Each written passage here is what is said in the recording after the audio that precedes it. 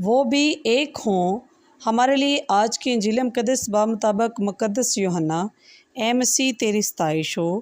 اس کا 17 باب 20 آیت سے لے کر 26 آیت تک۔ میں صرف انہی کے لیے نہیں بلکہ ان کے لیے بھی عرض کرتا ہوں جو ان کے کلام کے وسیلہ سے مجھ پر ایمان لائیں گے، تاکہ وہ سب ایک ہوں،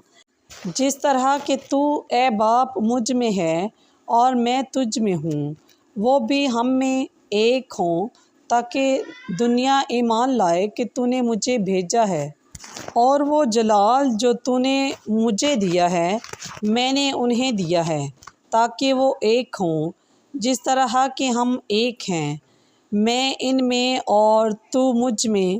تاکہ یہ وحدت میں کامل ہو جائیں، اور تاکہ دنیا جان لے کہ تو نے مجھے بھیجا ہے، اور کہ جس طرح تو نے مجھے پیار کیا ہے اسی طرح انہیں بھی پیار کیا ہے۔ اے باپ، میں چاہتا ہوں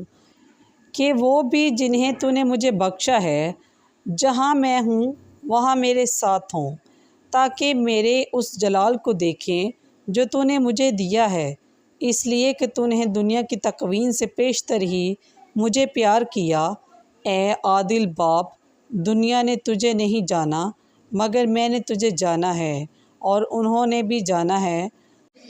کہ تو نے مجھے بھیجا ہے، اور میں نے تیرا نام ان پر ظاہر کیا ہے اور ظاہر کروں گا، تاکہ وہ پیار جس سے تو نے مجھے پیار کیا ہے ان میں ہو اور میں ان میں ہوں۔ پس پاک کلام کے پڑھے اور سنے جانے پر خداوند کی خاص برکت ہو۔ خداوند کا شکر ہو۔